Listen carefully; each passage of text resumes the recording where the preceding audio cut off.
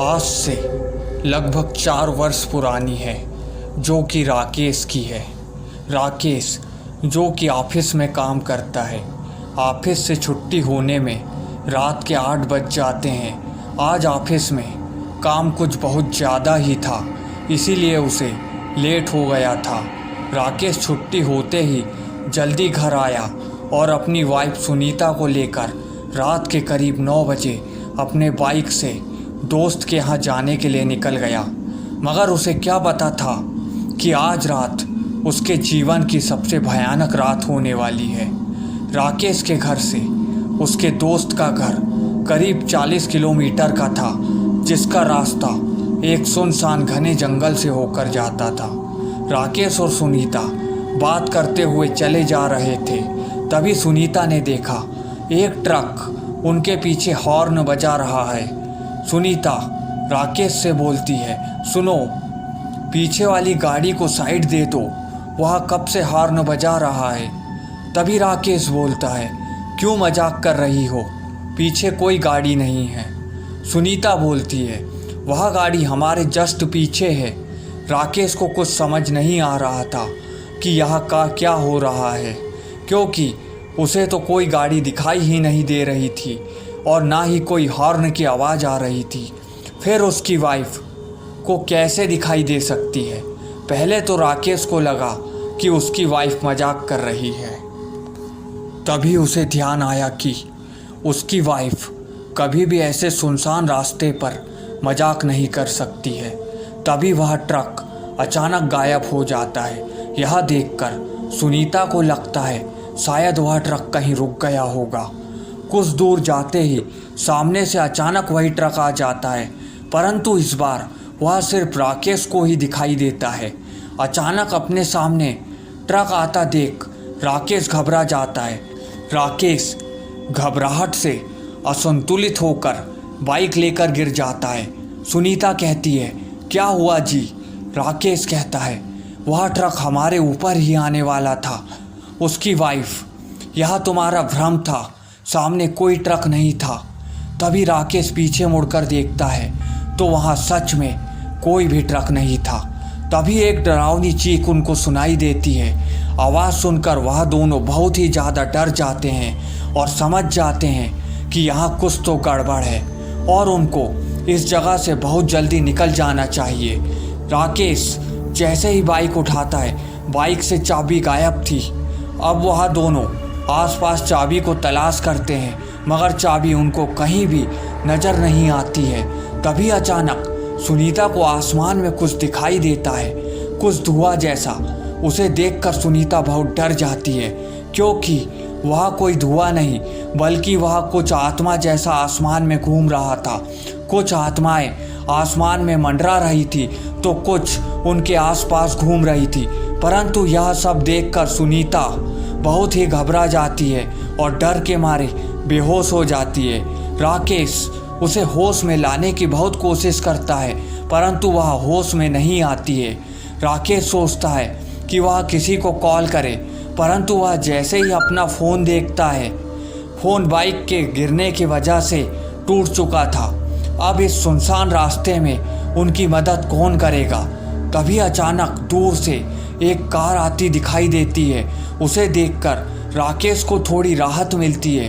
राकेश उस कार को रोकना चाहता है, मगर राकेश कार वाले को अपना सारा हाल बताता है और उसे अपनी मदद करने के लिए बोलता है। राकेश कहता है कि अगर उसे शहर तक छोड़ दे, क्योंकि उसकी वाइफ सुनीता बेहोश हो चुकी है, इसीलिए उसे इलाज की भी ज़रूरत थी।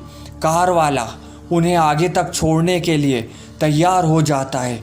राकेश अपनी बाइक उठाता है और जंगल में थोड़ा अंदर खड़ी कर देता है, जिससे कि उसे चोरी होने से बचाया जा सके। कार वाला उन्हें अपनी कार में बिठा लेता है और कुछ दूर जाते ही कार के सामने अचानक कोई सफ़ेद चीज़ बीच रास्ते पर दिखाई देती है। यह देखकर कार वाला कार रोक देता है। तभी राकेश कार वाले से पूछता है, क्या हुआ? तभी राकेश कार वाले से पूछता है, क्या हुआ? मगर कार वाला कोई जवाब नहीं देता है। राकेश के बार बार पूछने पर कि क्या हुआ, कार वाले का कोई जवाब नहीं आता है। तो राकेश आगे ड्राइविंग सीट पर कार वाले को देखता है, मगर वह कोई भी नहीं था। यह सोचकर कि कार वाला नीचे उतर गया होगा, राकेश भी उसे देखने के लिए नीचे उतर जाता है, परंतु वहाँ उस समय हैरान हो जाता है। राकेश देखता है कि वह तो उसी जगह पर है जहाँ पर उसकी बाइक गिरी थी। यह सब देखकर राकेश को कुछ भी समझ नहीं आता है। उसकी बाइक को बीच सड़क पर खड़ा देखकर उसके पैरों तले जमीन खिसक जाती है, क्योंकि वह तो अपनी बाइक को जंगल के थोड़े अंदर खड़ा करके आया था और फिर इतना सफ़र जो कार से तय किया था वह कहाँ गया। वह सुनीता को होश में लाता है। सुनीता के होश में आते ही दोनों डर जाते हैं, बाइक के पास जाते हैं तो राकेश देखता है कि उसकी चाबी उसकी बाइक में ही लगी है। सुनीता राकेश से कहती है कि चलो यहाँ से जल्दी से। तभी सुनीता राकेश से पूछती है कि हमारे साथ यह सब क्या हो रहा है, परंतु राकेश खुद उसे कुछ भी बताने की हालत में नहीं था। वह सिर्फ इतना कहता है कि हमें जल्दी यहाँ से निकलना होगा, और दोनों बाइक पर बैठकर यहाँ से चले जाते हैं। मगर वह डरावनी आवाज़ उनका अभी तक पीछा नहीं छोड़ रही थी। अब रात के करीब 12 बज चुके थे। आसमान में बिजली चमक रही थी। अंधेरी काली रात, सुनसान सड़क पर ऊपर से यह हादसा, कुछ डरावनी आवाज़ें किसी को भी विचलित कर सकती है। जैसे तैसे राकेश और सुनीता अपने दोस्त के यहाँ पहुँचते हैं। उनको देखकर उनका दोस्त कहता है, तुम लोग बहुत लेट हो गए हो, पार्टी तो कब की ख़त्म हो गई है, सारे मेहमान भी घर जा चुके हैं। तभी उसके दोस्त के पिताजी राकेश से पूछते हैं, तुम बहुत घबराए हुए दिख रहे हो, आखिर इतनी घबराहट क्यों है। तब राकेश अपने साथ हुए हादसे के बारे में बताता है कि उनके साथ जंगल में क्या हुआ, पर वह तो घर से यहाँ आने के लिए समय से ही निकला था, परंतु रास्ते में वे लोग किस कारण से लेट हो गए थे वह सब कुछ बता देता है। तभी वहाँ दोस्त के पिताजी बोलते हैं, आज तो अमावस है, जो भी चीज़ तुम्हें दिखाई दे रही थी वह कोई साधारण चीज़ नहीं थी। जंगल में भटकती हुई आत्माएं थी, आत्माएं जिनका मकसद किसी को भी परेशान करना रहता है। अब जब तुम सही सलामत आ गए हो तो आज रात यहीं रुकना और सुबह होते ही चले जाना। रात को जाना आपके लिए खतरे से खाली नहीं होगा। और राकेश और सुनीता वहीं रुक जाते हैं। इस हादसे के बाद राकेश और सुनीता कभी भी उस रास्ते से नहीं आते हैं और आज भी हादसे को याद करते हैं तो डर जाते हैं। डर के मारे उनकी रूह कँपा जाती है। तो दोस्तों, आपको क्या लगता है उस रात राकेश और सुनीता के साथ क्या हुआ होगा, या फिर यह सिर्फ उनका भ्रम था? यदि यह उनका भ्रम था तो दोनों को कैसे हो सकता है, और यदि उनका भ्रम नहीं था तो उनके साथ क्या हुआ?